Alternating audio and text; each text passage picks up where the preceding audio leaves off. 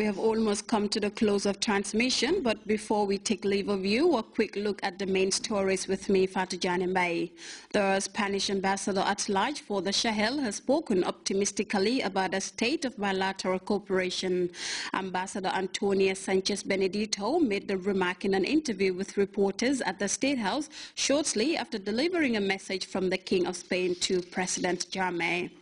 Their newly appointed National Women's Mobilizer, Mrs. Aissatou Jifanga Jaju, will be installed at the APRC Bureau tomorrow, Thursday, 6th March 2014 at 10 o'clock a.m.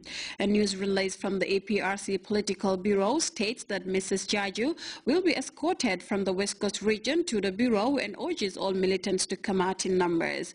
There will also be a political rally at Kanilai on Saturday, 8th March 2014, commencing at 2 o'clock p.m. The release concludes. Yesterday was Ash Wednesday, the day Christians start 40 days of fasting, prayer and penance. The period of intense prayer and devotion culminates on Good Friday, the day when Jesus Christ was said to have been crucified on the cross for the salvation of mankind. One of the president's gardens that boasts a variety of plants, including exotic vegetables, which some believed could not be grown in the Gambia, was on Tuesday harvested by 100 green youths. Kanilai family farm managers are eyeing the ongoing GCCI trade fair to make sales.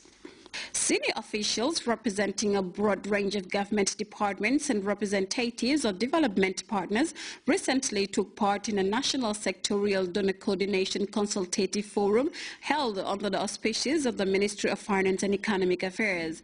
Participants discussed the problem of duplication and means of minimizing aid transaction cost.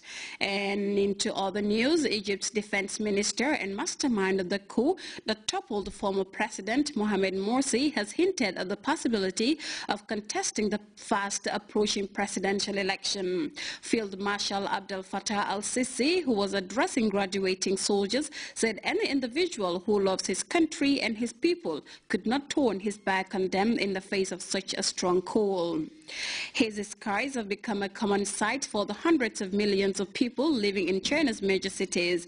The problem has prompted China to declare a war on pollution on the first day of the National People's Congress in Beijing. Officials also announced a new double-digit growth target and boosted the budget for defense. Russian and American leaders paint very different pictures of the situation unfolding in Ukraine. Moscow says Ukraine is in the grips of a military coup. The U.S., however, said Moscow is making up reasons to invade. Well, that was all in this edition of the News in Summary. Thanks for the pleasure of your company and do have a pleasant morning.